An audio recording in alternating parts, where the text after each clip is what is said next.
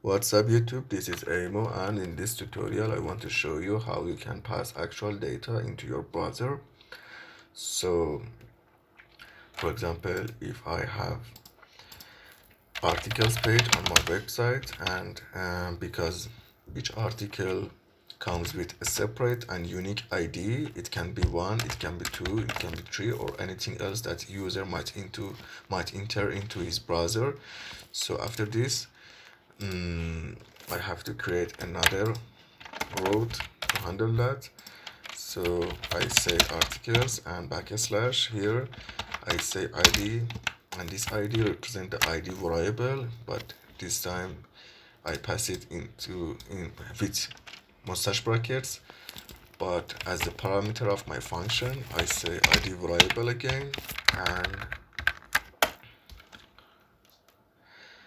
here as return I say, for example, ID return it. So if I enter one, it says one. So it's very easy to do. You can pass multiple variables into your routes. For example, this time it can be name, but don't forget to make the variable as the parameter of your function, and just return the variables.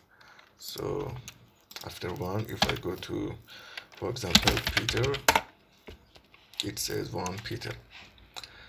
So that's it.